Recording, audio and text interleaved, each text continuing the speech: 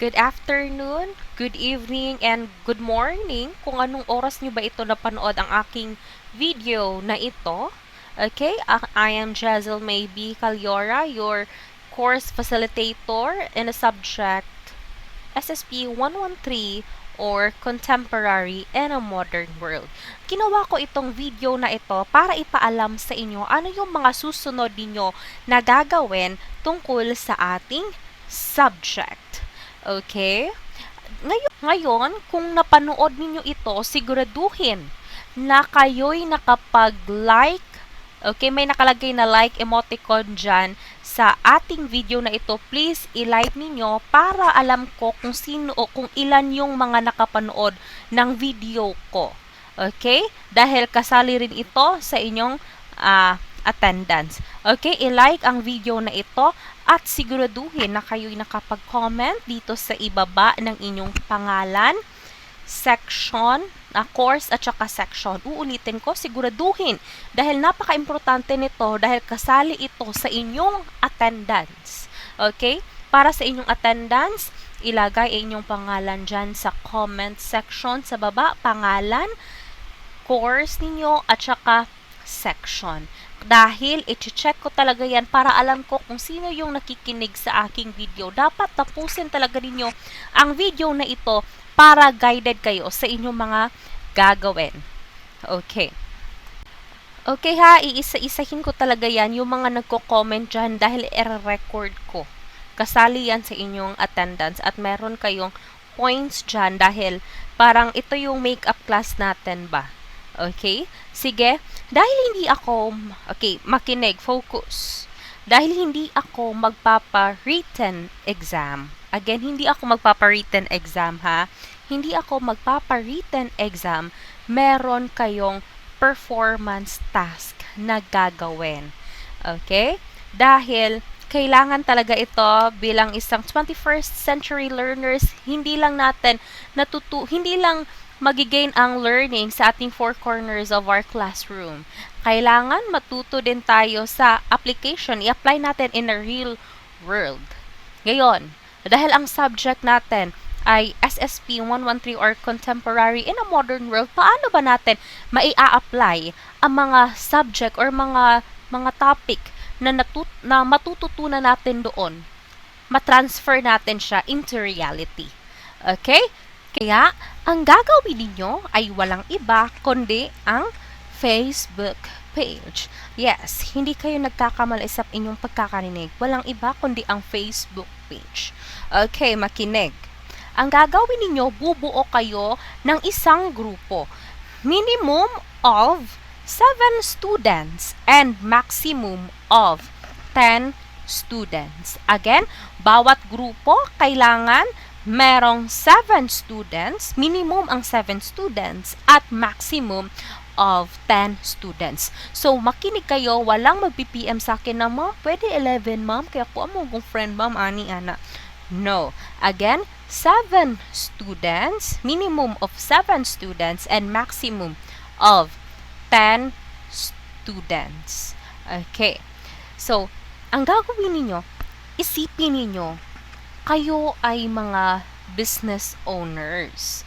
Dahil business owners kayo at patok sa social media ang pag-promote ng kanilang mga products sa Facebook. Okay? Para ma-promote din natin siya globally gamit ang social media.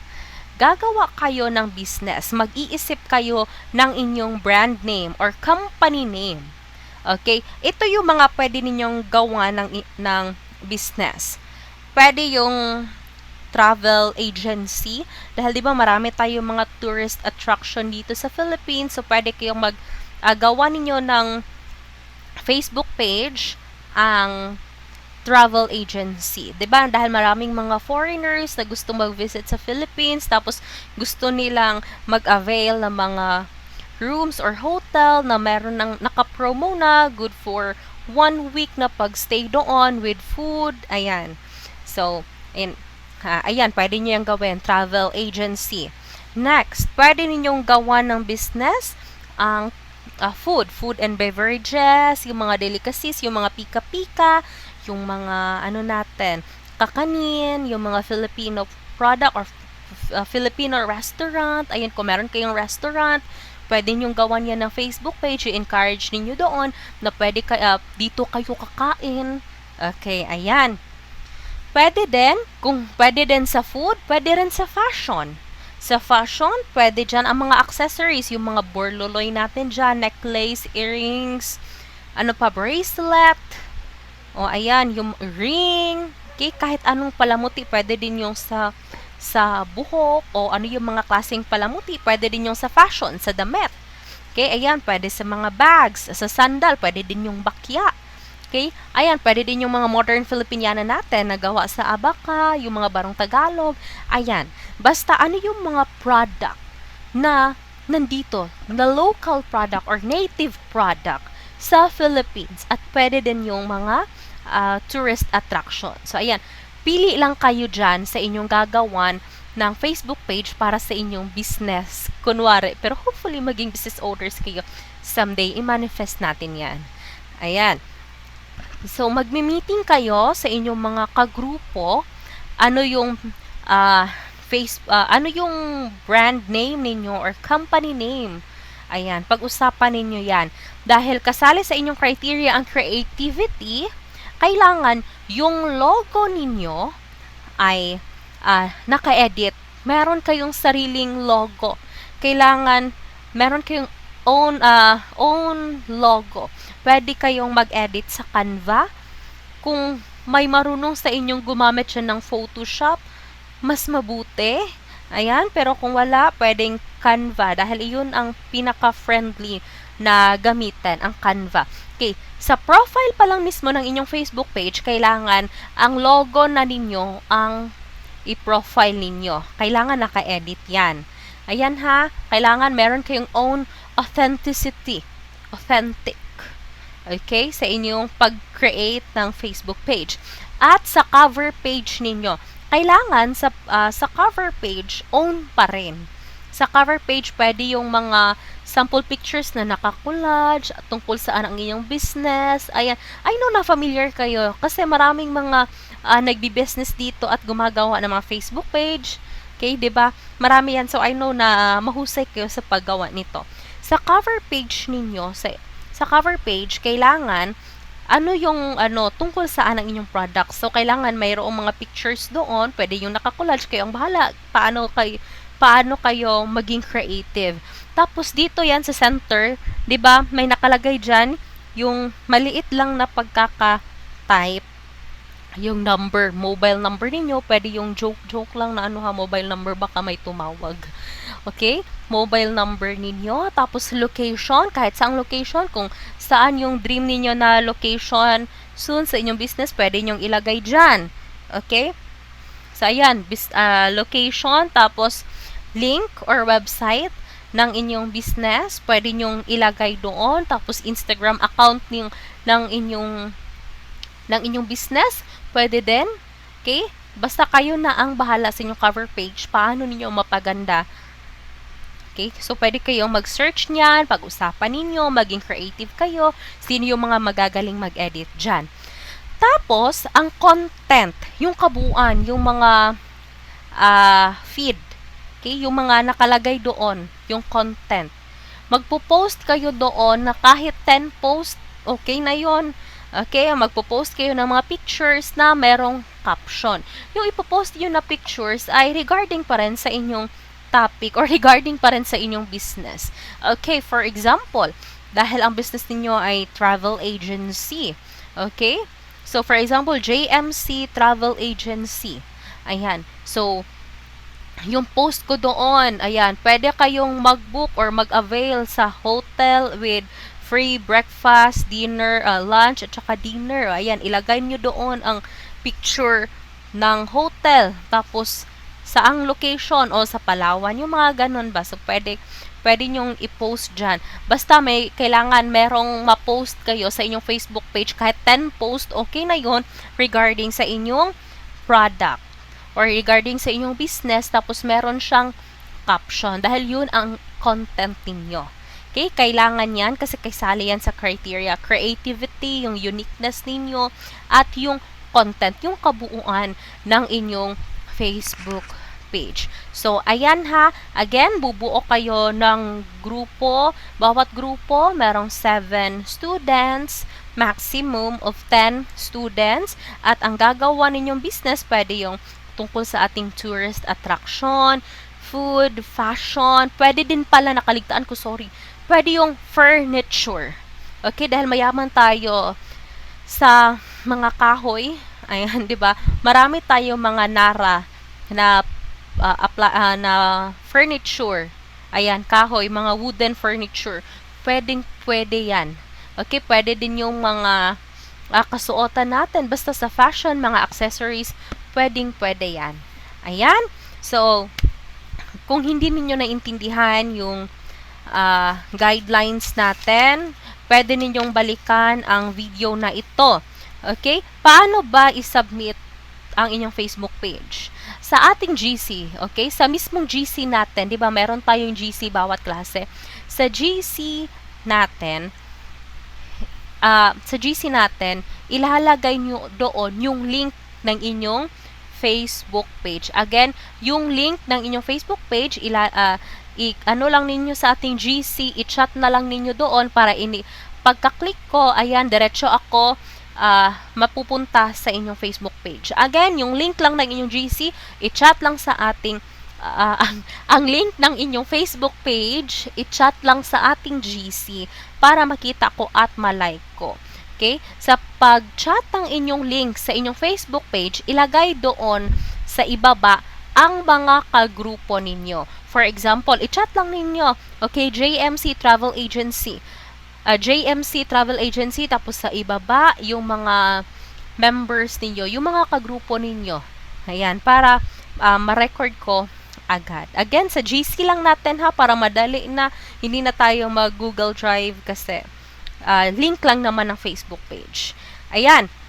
So, okay na, kasi yung ibang section, nasabihan ko sila na kailangan paramihan ng likes. Pero iibahin ko na lang. Ang importante, focus tayo sa content at sa creativity ninyo.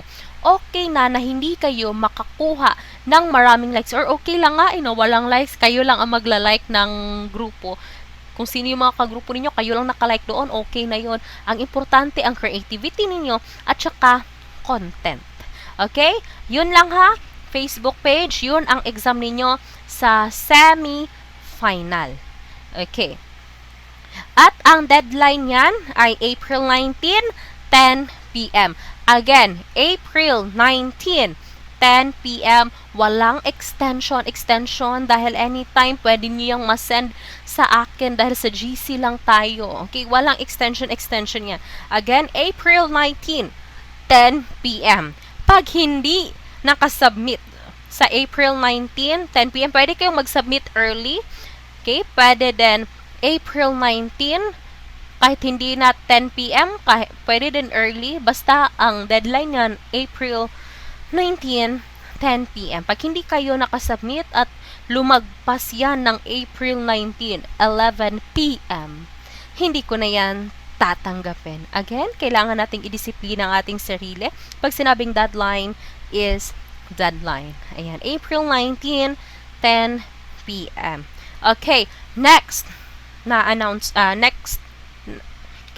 ay tungkol sa inyong module. Dahil hindi ako magpapa-written exam, gagamitin ninyo ang ating schedule sa pagpapa-check sa akin, sa pagpapa-check ng inyong module. Kung wala kayong module, gamitin ninyo ang aking time, sa aking time lang ha, gagamitin ninyo ang aking time sa pag-avail ng module. Okay? Kung wala pa kayong module, dahil hindi kayo naka-avail ng module, gamitin nyo yung time, yung subject ko. Okay? Sa subject ko, yung time natin sa exam, gamitin nyo para maka-avail kayo ng module. Kung hindi, okay? Kasi kung hindi, ay, ewan ko. Okay? Ewan ko, anong gawin ko sa grade mo? Ayan, mag-check na ako bukas. Tumatanggap na ako, nag-check na ako bukas, Thursday at saka Friday, yung schedule ko sa pag-check sa inyong module B.Ed. Okay, lahat ng B.Ed first year, MS, morning session, afternoon session, at evening session. Again, mag-check ako ng inyong module BEd ASMSES, schedule ninyo ay Thursday at saka Friday lang ang pag-check ko sa inyong module. Sa pag-check ng inyong module, kailangan naka-stapler ang resibo sa front page ng inyong module. Again, dapat may resibo. Pag walang resibo, hindi ko yan i-acknowledge. Again, dapat sa module merong resibo. For example, na walang inyong resibo, pero meron kayong picture, na picturean ninyo. Ang picture ninyo, ipaprint nyo yan para ma-stapler ninyo sa inyong module. Kasi kailangan may resibo. Yun talaga ang policy ng school, so kailangan naming sumunod dahil required daw talaga na magpakita kayo ng module dahil hindi namin i-acknowledge kung walang resibo. Ayan. So, bukas, mag-start na ako Thursday at saka Friday. Schedule ninyo sa pag-check ng inyong module. Okay? Ayan. So, wala na akong nakaligtaan. April 19, ang deadline ng Facebook page ninyo. Sa GC lang ipasa. Module, sa pag-check ng module, walang answer ha. Hindi ako nag-require pa na mag-answer. Hindi pa ako nag-require na mag-answer. Okay, ang ipapakita ninyo bukas, yung time natin sa exam, gamitin nyo sa pagpapacheck. Sa pagpapacheck sa faculty. Dahil nandyan ako sa faculty, Lagao Campus Faculty, whole day. Mag-check ako ng modules ninyo. So, punta lang kayo sa faculty, dyan lang banda sa may window kasi bawal kayo pumasok. Magpa-check kayo doon or pwede na rin, pwede din magpadala sa inyong classmate kung working student kayo. Basta importante, makapacheck kayo ng module bukas, Thursday hanggang Friday. Okay? So, yung schedule natin, gamitin ninyo. Hindi sa, sa pag-date-date. Char lang. Okay? Ayan. So, wala na akong nakalimutan. Okay? So, thank you sa pakikinig. At thank you dahil tinapos mo ang video na ito. Dahil kung hindi, lagot ka sa akin. Okay? Bye!